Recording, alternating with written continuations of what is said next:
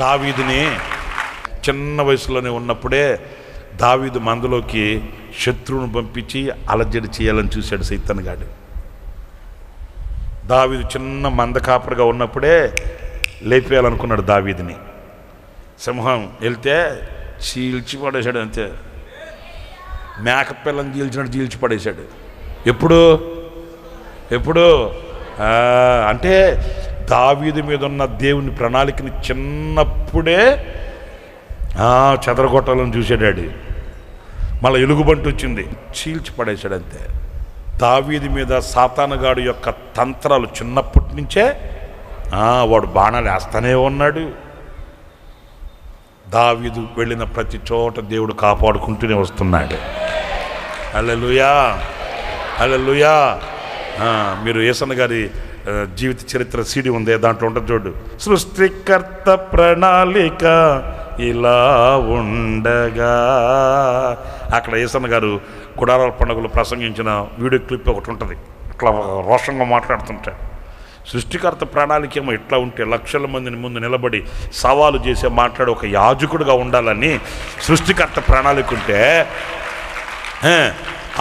ఆయనకి 7 సంవత్సరాల వయసు ఉన్నప్పుడే సాతానుగాడు దాడి చేశాడు. అంటే చిన్ననాటి అప్పటి నుంచే సాతానుగాడు దాడి. ఇంటి పైకి రానివ్వకూడదు, వేసేయాలా, ఇక్కడే మట్టి చేసేయాలా, ఎదగనీయకూడదు.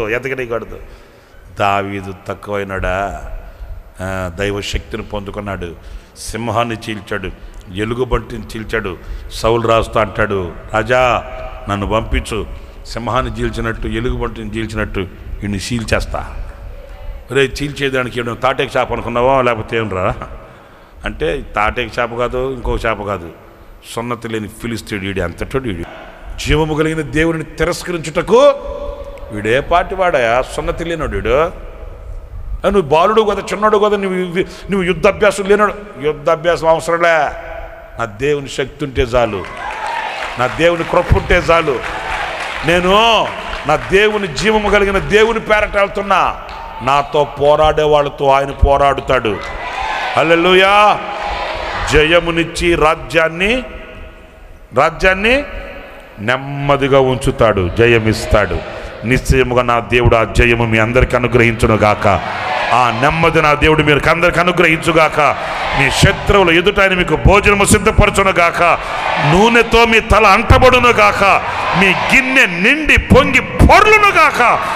దీవెనకరమైన మార్గాలలో ప్రభు కొరకై ప్రకాశించుదురుగాక. నీతో యుద్ధము చేయవారితో ఆయన యుద్ధం చేస్తాడు. మీ పోరాటాలు ఏదైనా, మీ యొక్క అలజడులు ఏమైనా, మీ ఎదుట ఉన్న యుద్ధం ఏదైనా, ఈరోజు ఏం లేదు, ప్రభువా నీ చేతికి అప్పగిస్తున్నా, ఇక నేను విడిచిపెట్టేస్తున్నాను, నువ్వు చూసుకో.